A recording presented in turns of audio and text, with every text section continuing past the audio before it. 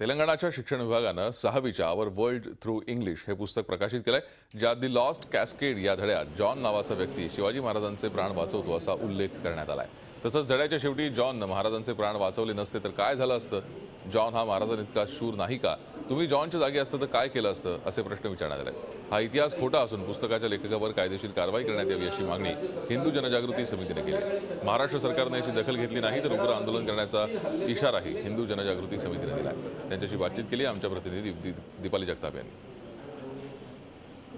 तेलंगणाच्या 6वीच्या पुस्तकात छत्रपती शिवाजी महाराज यांचा चुकीचा इतिहास शिकवला जात असल्याचा आरोप हिंदू जनजागृती समितीने केलाय। सध्या आपल्या सोबत या समितीचे राष्ट्रीय प्रवक्ते आहेत रमेश शिंदे। काय तुमचा आक्षेप आहे आणि याविषयी तुम्ही कुठे तक्रार केली आहे का? या संदर्भात आमचा आक्षेप असा आहे की छत्रपती शिवाजी महाराजांनी जी सुरत लुटली त्या सुरतेच्या लुटीच्या दरम्यान कुठलाही ॲडम स्मिथ किंवा जॉन या व्यक्तिरेखांचा कुठेही उल्लेख नाही। आणि या पुस्तकाच्या माध्यमातून असं दाखवण्याचा प्रयत्न केलेला आहे की छत्रपती शिवाजी महाराजांनी जी सुरत लुटली त्यावेळी त्या ॲडम स्मिथची एक अनमोल अशी रत्नपेटी लुटली होती, जी मिळवण्यासाठी जॉन रायगडावरती येतो आणि रायगडावरती छत्रपती शिवाजी महाराजांवरती जेव्हा हल्ला होतो त्यावेळी छत्रपती शिवाजी महाराजांच्या प्राणांचं रक्षण करतो। मुळातच ह्या दोनही घटना काल सुसंगत नाही आहेत। याविषयी तुम्ही तक्रार केली आहे का? या संदर्भात आम्ही तेलंगणा शासनाकडे अधिकृतपणे पत्रव्यवहार केलेला आहे।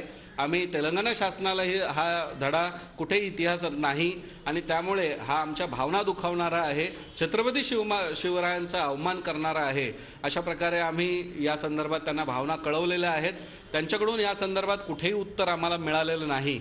जिथे छत्रपती शिवरायांची भूमी म्हणून साक्षात नरेंद्र मोदी या ठिकाणी येऊन त्यांना वंदन करून जातात, तेव्हा अशा छत्रपती शिवरायांचा आशीर्वाद घेऊन जर आज महाराष्ट्रातलं सरकार या ठिकाणी कार्यरत आहे तर अशा प्रकारचा चुकीचा इतिहास शिकवला जात असेल तर तो रोखला पाहिजे आणि ही महाराष्ट्र शासनाची पहिली जबाबदारी आहे। या दृष्टिकोनातून शासनाला ह्या भूमिकेची जाणीव व्हावी म्हणून 16 तारखेला आझाद मैदानला एक मोठं जनआंदोलन आम्ही करणार आहोत आणि यातून जर शासनाकडून आम्हाला योग्य प्रकारे आमच्या शंकांचं किंवा आमच्या मागण्यांचं निरसन झालं नाही तर मात्र हे आंदोलन राज्यव्यापी केलं जाईल, अशा प्रकारचा इशारा आम्ही या आंदोलनाच्या माध्यमातून देणार आहोत।